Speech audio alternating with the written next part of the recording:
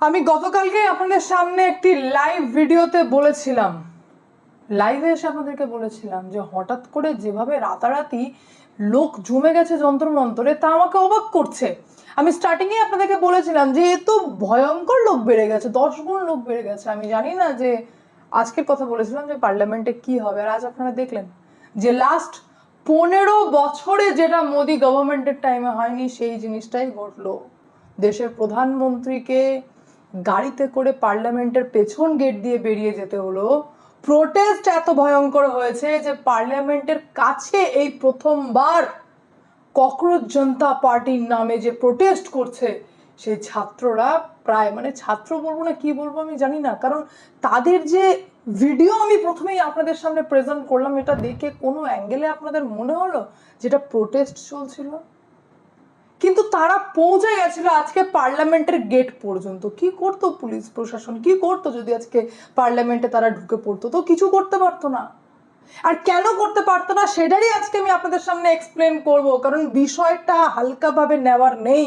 আমি এই কথাই গতকালকেও বলেছিলাম এবং আজকের লাইভেও আপনাদের সামনে বলছি যে বিষয়টা হালকাভাবে নেওয়ার নেই। জল মাথার উপরে বেরিয়ে যাচ্ছে। আর এই যে প্রোটেস্ট আপনারা দেখছেন, এই যে ভিডিও আমি পাশে আপনাদের সামনে স্ক্রিনে চালাচ্ছি, দেখুন কিভাবে একটা প্রাইভেট গাড়ি ভাঙা হচ্ছে, পাথর ছোড়া হচ্ছে, ভালো করে দেখুন, পাথর ছোড়া হচ্ছে। রিপোর্টাররা কোয়েশ্চেন করছে যে ভাই পাথর এটা এটা কেন করছো, পাথর কেন ছুড়ছো? পুলিশকে ফেলে মারা হচ্ছে। এটা পিস প্রোটেস্ট চলছে? এটা পিসফুলি প্রোটেস্ট চলছে? চলছে না। আর এখানে মুদ্রা কোথাও না কোথাও ধর্মেন্দ্র প্রধানকে সরানোর থেকে অনেক বেশি এই টপিকটা চলে যাচ্ছে যে গভর্নমেন্টকে উল্টে দাওতে, সরকার পরিবর্তনে। সেম ভাবে বাংলাদেশে যখন এই ছাত্র আন্দোলনকে সিরিয়াস নেয়নি শেখ হাসিনা, তখন এই সেম ঘটনা ঘটেছিল। হঠাৎ করে একটা টাইমে অ্যালার্ট করার পরেও হঠাৎ করে একটা টাইমে এত লোক বাংলাদেশে বেড়ে গেছিল যে তারা পুরো বাংলাদেশের সরকারই পরিবর্তন করে দিয়েছে। দেখুন, আমি এটা বলছি না যে সরকার শেষ হয়ে গেল, সরকার উল্টে যাবে, না, অত সহজ নয়। কিন্তু সরকার ঝুঁকেছে, ঝুঁকেছে বলেই সিজেপির মতো পার্টি আজকে এস্টাবলিশড হয়ে গেল এবং সেখানকার 2 সদস্যের সাথে জেপি নাড্ডা বৈঠক করে ফেললেন। এটা কেন করা হলো? আর এটারও রেজাল্ট এটাই হচ্ছে, মানে এটার কারণ হিসেবে যদি আমি বলে থাকি, রেজাল্ট তো আজকে আপনারা দেখছেন। কারণ হচ্ছে ওভার কনফিডেন্স আর কোনো বিষয়কে সিরিয়াস না নেওয়া। এবার আপনারা বলবেন যে আপনি তো ভাই মোদির হয়ে কথা বলছেন। আমি মোদির হয়ে কথা বলছি না, আমি আপনাদের সাথে আমার দেশের প্রতি কনসার্ন হয়ে গভর্নমেন্টের দিকটা আপনাদের সামনে তুলে ধরছি যে গভর্নমেন্টের সিরিয়াস না নেওয়া। যখন সোনাম ওয়াংচুক পর্যন্ত নেমে পড়লেন প্রোটেস্টে, তো 2 দিন আগে কেন তাকে তোলা হলো? আরো 10 দিন আগে কেন কথা বলা হয়নি? সোনাম ওয়াংচুককে যখন তোলা হচ্ছে তার সাথে ছাত্রদেরকেও কেন তুলে দেওয়া হয়নি? সিভিল ড্রেসে যখন পুলিশরা গিয়ে সোনাম ওয়াংচুককে তুলছে তখনই কেন ম্যাটারটা আরো আগে কেন সিরিয়াস নেওয়া হয়নি? যখন চিড়িয়াচুঙ্গে ক্ষেত তখন সিরিয়াস নেওয়া হচ্ছে। এই করেই কিন্তু, আর সব থেকে বড় কথা ওভার কনফিডেন্স। হে তো ককরোচ, এ তো ককরোচ জনতা পার্টি, একে সিরিয়াস নেওয়ার নেই। নেন, সিরিয়াস নেওয়ার নেই, কিন্তু যে ডিমান্ড তারা বারবার করছে ভাই ফুলফিল করে দিলেই তো হতো। সোনাম ওয়াংচুক যার ডিমান্ড অলরেডি ফুলফিল করে দিয়েছে গভর্নমেন্ট, তাহলে একজন 60 বছর বয়স্ক লোক, ওনার সাথে একবার কথা বললেই তো হতো। তাহলে সিজেপি মানে ককরোচ জনতা পার্টির 2 সদস্যকে নিয়ে কথা বলার কি প্রয়োজন ছিল? যখন জেপি নাড্ডা, আবারও সরকার ভুল করেছে, জেপি নাড্ডা যখন ককরোচ জনতা পার্টির 2 সদস্যের সাথে বৈঠক করে নিলেন, আর বর্তমান আপডেট হচ্ছে প্রোটেস্ট এখনো ওঠেনি, কারণ তারা 3টে ডিমান্ড রেখেছে, সেগুলো ফুলফিল না হলে প্রোটেস্ট উঠবে না। তাহলে যদি সরকার ফুলফিল করেও দেয় ডিমান্ড, তাহলেও এই ককরোচ জনতা পার্টির সদস্যের সাথে বৈঠক করে জেপি নাড্ডা যেটা করলেন সেটা হচ্ছে নেক্সট আবারও কোনো বিষয় নিয়ে প্রোটেস্ট করার রাস্তা খুলে দিলেন, যেটা নর্মালি সোনাম ওয়াংচুকের সাথে কথা বলে সরকার কিন্তু মিটমাট করে নিতেই পারতেন। আজকে এই ওভার কনফিডেন্সের জন্য, মানে মোদি আছে মানে মহান, অমিত শাহ আছে মানে চাণক্য, এই ওভার কনফিডেন্সের জন্য 303 থেকে 240-এ নেমেছে। আর আজ আমরা 15 বছর পর এতটা ভয়ঙ্কর প্রোটেস্ট দেখেছি, যেখানে আমি আপনাদেরকে বলবো 3টে ডিমান্ড করা হয়েছে। ফার্স্ট হচ্ছে সোনাম ওয়াংচুককে ছেড়ে মুক্ত করা হোক। উনি আছেন, মুক্তই আছেন, অ্যারেস্ট করা হয়নি, কিন্তু ওনাকে মুক্ত করা হোক এবং উনি ভিডিও যেন বার্তা প্রত্যেককে দেন, ফার্স্ট। সেকেন্ড হচ্ছে এই ধর্মেন্দ্র প্রধানের ইস্তফা চেয়েছেন, জনকে ইস্তফা দিতে হবে। আর থার্ড, সেটা হচ্ছে 22 জন মারা গেছে যেটা নিটের জন্য, যে ছাত্রছাত্রীরা মারা গেছেন, তাদেরকে 1 কোটি টাকা ক্ষতিপূরণ দিতে হবে। ডিমান্ডে কোনো ভুল নেই। ধর্মেন্দ্র প্রধানকেই যখন ইস্তফার কথা প্রথম থেকে যদি সিজেপিকেই সিরিয়াস নিতে হয়, ককরোচদেরকে সিরিয়াস নিতে হয়, তাদের কথাকেই যদি সিরিয়াস নিতে হয়, তাহলে ধর্মেন্দ্র প্রধানকে ইস্তফা করাতে কি প্রবলেম? আমরা তো এটা সত্যি দেখছি যে একটা সামান্য ব্যাপার, এটা সামান্য ব্যাপার। যখন আমরা বারবার বলছি এটা প্রবলেম হচ্ছে, আমি E20 কে নিয়েও আপনাদের সামনে বলেছি যেটা মানুষের আওয়াজ, কিন্তু না, ডিক্টেটরশিপে গভর্নমেন্ট চলে যাচ্ছে, না E20 নিতে হবে। কেন নিতে হবে? আর যদি নিতেই হয় তাহলে আপনারা বোঝাতে পারছেন না, তাহলে ভালো করে ক্ল্যারিফিকেশন দিতে হবে ওই ম্যাটারে। ধর্মেন্দ্র প্রধানের এখনো ইস্তফা হবে না কেন? আজকে না হওয়ার জন্য কতগুলো পুলিশ ওইভাবে মার খেয়েছে, প্রাইভেট গাড়ি ভাঙচুর করা হয়েছে, একটা অস্বস্তিকর পরিবেশ, ট্রেনে পর্যন্ত পাথর ছোড়া হয়েছে। এর থেকে কি বুঝলেন যে যারা ধর্মেন্দ্র প্রধান এবং যাদের আন্দোলনটা সঠিক পথে, তাদের সাথে বেশ কিছু অ্যান্টি সোশ্যাল মিশে গেছে, সেই কারণেই তারা পাথর ছুঁড়েছে, পুলিশকে ফেলে মেরেছে, মারধর করেছে, কারণ অ্যান্টি সোশ্যাল মিশে গেছে। একটা সেকশন বলছে ধর্মেন্দ্র প্রধানের ইস্তফা চাই, আর একটা সেকশন রেডি হয়ে গেছে যে আমাদের মোদির ইস্তফা চাই। তাহলে এই যে প্রোটেস্টটা কোথাও না কোথাও অ্যান্টি ন্যাশনালের দিকে চলে যাচ্ছে, অ্যান্টি ইন্ডিয়ার দিকে চলে যাচ্ছে। হ্যাঁ ভাই, আমার দেশের সম্পত্তি যখন ভাঙচুর করা হবে আমার চোখের সামনে, তখন আমি তো বলবো অ্যান্টি ইন্ডিয়া মুহিম চলছে, আর তাই চললো আজকে আমি দেখলাম। আর এটা কেন হলো? এটা সরকারের পুরো ব্যাপারটার ওভার কনফিডেন্স যে আমরা তো ঠিক পথেই আছি। আর সেকেন্ড হচ্ছে সিরিয়াস না নেওয়া, যার রেজাল্ট আজকে আপনারা দেখলেন। প্রোটেস্ট এখনো ওঠেনি। তার থেকেও বড় কথা হচ্ছে, এবার আমি আপনাদেরকে জানাই যে ধর্মেন্দ্র প্রধানকে যদি প্রথমেই সরিয়ে দেওয়া হতো, কারণ আমরা বারবার বলছি পেপার লিক হয়েছে, তাহলে সেটাকে ধামা চাপা দেওয়ার জন্য, মানে আমি এটাকে ধামা চাপার চোখেই দেখব যে ফরেন কন্ট্রিবিউশন হচ্ছে। ঠিক আছে, ফরেন কন্ট্রিবিউশন হচ্ছে, দেশের মানুষ মেনেছে, আমরা মেনে নিলাম ফরেন কন্ট্রিবিউশন হচ্ছে, সেটা আলাদা বিষয়। কিন্তু পেপার লিক আলাদা ব্যাপার। সেটা হয়েছে, পেপার লিক হয়েছে, প্রোটেস্ট চলছে, মানে ফরেন কন্ট্রিবিউশন আছে। এই দুটোকে গুলিয়ে ফেলার কিছু নেই। তার মানে জিনিসটা এমন জায়গায় যাচ্ছে যে সত্যি যদি ফরেন কন্ট্রিবিউশন থেকে থাকে, তাহলে ককরোচদের মধ্য থেকে উঠে এসে বলবে যে আমরা কিছু বললেই সরকার বলছে ফরেন কন্ট্রিবিউশন হচ্ছে, আমরা কিছু বললেই সরকার বলবে রাষ্ট্রদ্রোহী কাজ আমরা করছি। কিন্তু যেটা কি করছে, যেটা কি চলছে, যেটা হচ্ছে, আজ পার্লামেন্টে 5টা বলতে পারেন বিগ বিল প্রেজেন্ট হওয়ার ছিল। টোটাল যদি বলে থাকি তো 7টা, 2টো পেন্ডিং রয়েছে, আর ভীষণ ইম্পর্টেন্ট বিল যেটা ইন্ট্রোডিউস হবে সেটা হচ্ছে আরো বাকি 5টা। টোটাল 7টা, 2টো পেন্ডিং রয়েছে। তো তার মধ্যে প্রথম যে বিলটাকে নিয়ে আমি আপনাদের সামনে আলোচনা করব, আপনারা একদম ম্যাচ করে যাবে, বলবেন একদম অদ্বিতীয় তুমি সঠিক কথা বলছো, এরকম জিনিসই চলছে। সেটা হচ্ছে FCRA কে নিয়ে। FCRA, foreign contribution regulation amendment bill 2026। এই ফরেন কন্ট্রিবিউশনকে নিয়ে কিন্তু 1976-এ ইন্দিরা গান্ধীও কথা বলেছিলেন যে প্রোটেস্ট যখন ভারতে হয় তখন বেশ কিছু অ্যান্টি সোশ্যাল সেই প্রোটেস্টের মধ্যে ঢুকে গিয়ে প্রোটেস্টের মুদ্রাটাই ঘুরিয়ে দেয়। আর এটার রিজনই হচ্ছে যে ফরেন কন্ট্রিবিউশন রয়েছে। আর আজকের প্রোটেস্টও আমাদের চোখে আঙুল দিয়ে দেখিয়েছে। 7টা বিলের মধ্যে ভালো করে বুঝে নিন, আমি ডিটেলসে আপনাদেরকে বলে দিই। FCRA amendment bill, income tax bill, MSME development bill, registration of birth and death amendment bill, supreme court number of জাজেস অ্যামেন্ডমেন্ট বিল, বিকশিত ভারত শিক্ষা অধিষ্ঠান বিল, ইনফ্যাক্ট ন্যাশনাল, যেটা কি পেন্ডিং রয়েছে, আর national honour related pending legislation. এই টোটাল 7টা bill, যেটা big বিল বলতে পারেন, যে বিগ বিল ইন পার্লামেন্ট, তার মধ্যে আমরা আজকে ডিসকাস করব ফরেন কন্ট্রিবিউশন বিলটাকে নিয়ে। সরকার কি চায় আজকে পুরো চিত্র ক্লিয়ার। সরকার চাইছে যে ফরেন থেকে যে টাকা আসছে, যেটা ডোনেট করা হচ্ছে, সেই টাকা সরকার রেগুলেট করতে চায়।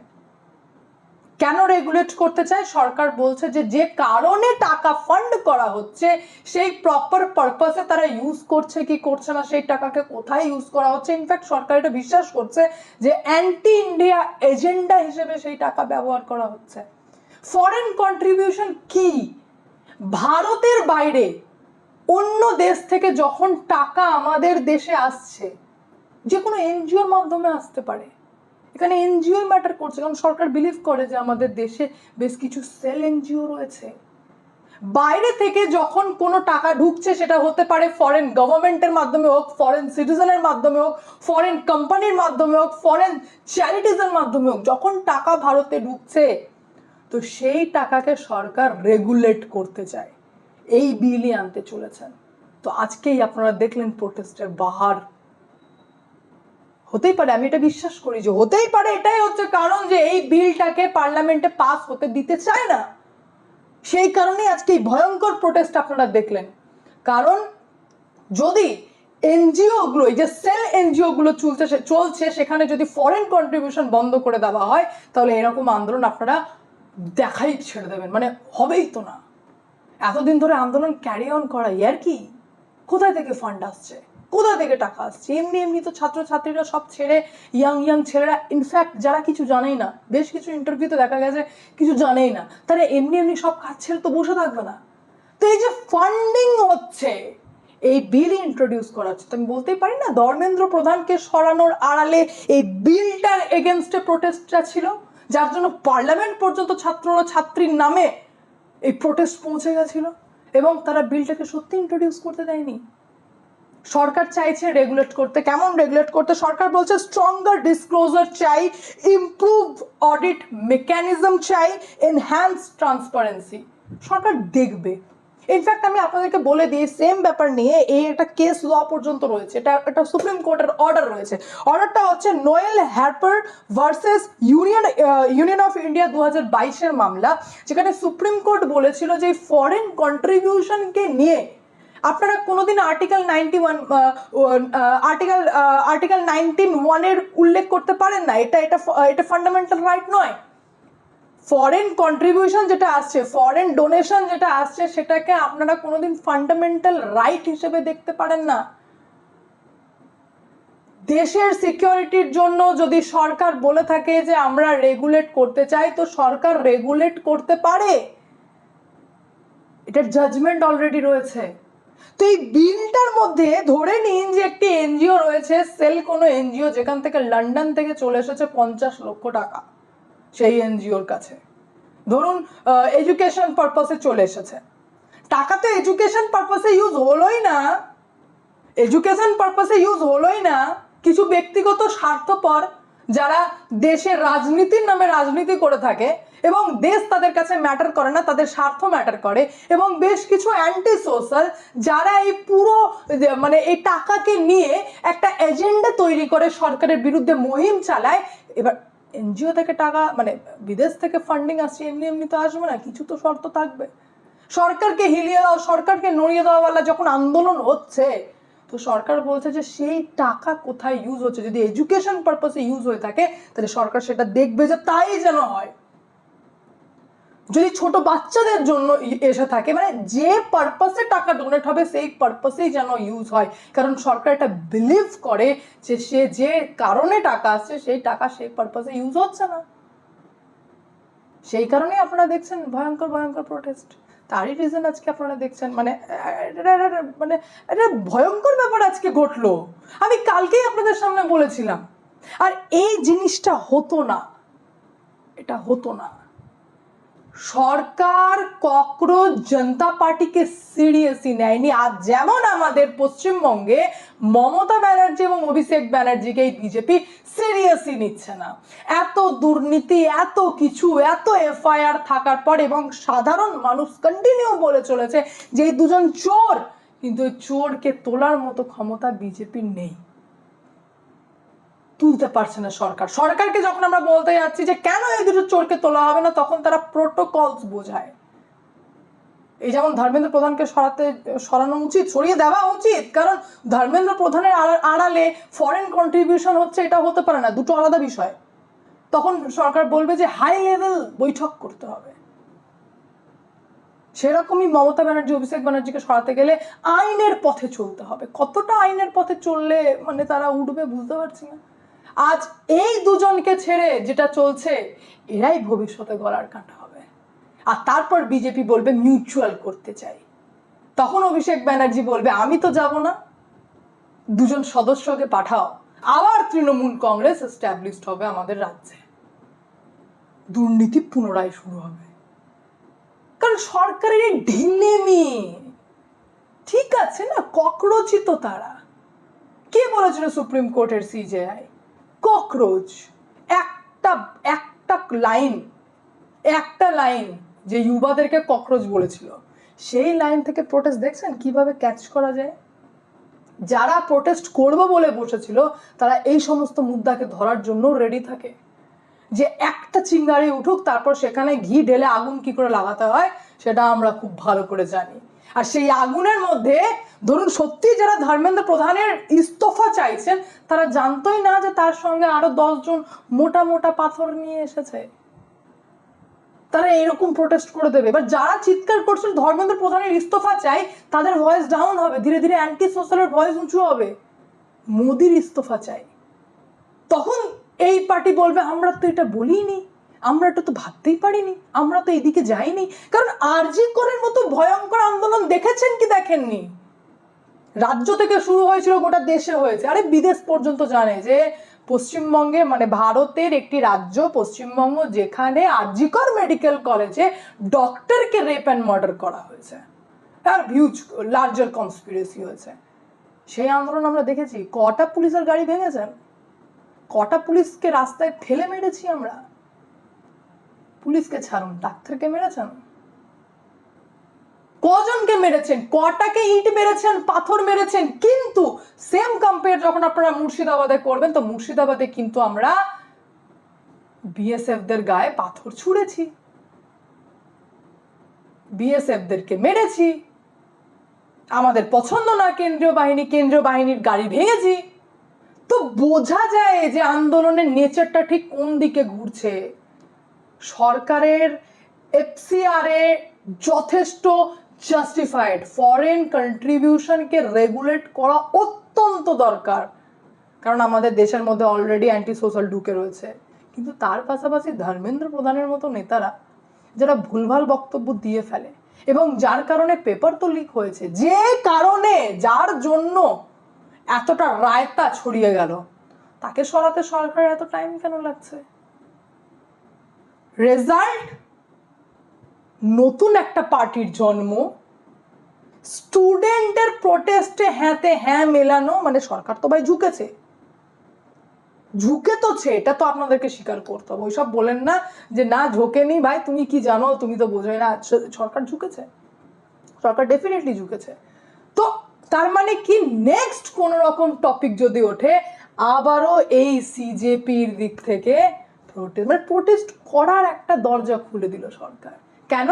তার গাফিলতি আর ওভার কনফিডেন্স। 2024-এ যেমন দেখলেন 303 থেকে 240, সেম জিনিস, গাফিলতি আর ওভার কনফিডেন্স। আমি জানতাম আজকে এটা হবে, আমি গতকালকেই আপনাদেরকে বলেছিলাম। বাকি আপনারা এই পুরো বিষয়টাকে কিভাবে দেখছেন, আপনাদের ঠিক কি মনে হয় সেটা অতি অবশ্যই আমাকে কমেন্টের মাধ্যমে জানান, কারণ আপনাদের বক্তব্য অত্যন্ত ভ্যালুয়েবল। এখন সরকারও জানতে চায়, এবার জানতে চায় যে আপনারা কি চান, আপনারা কিভাবে দেখছেন ব্যাপারটাকে। আপনারা অতি অবশ্যই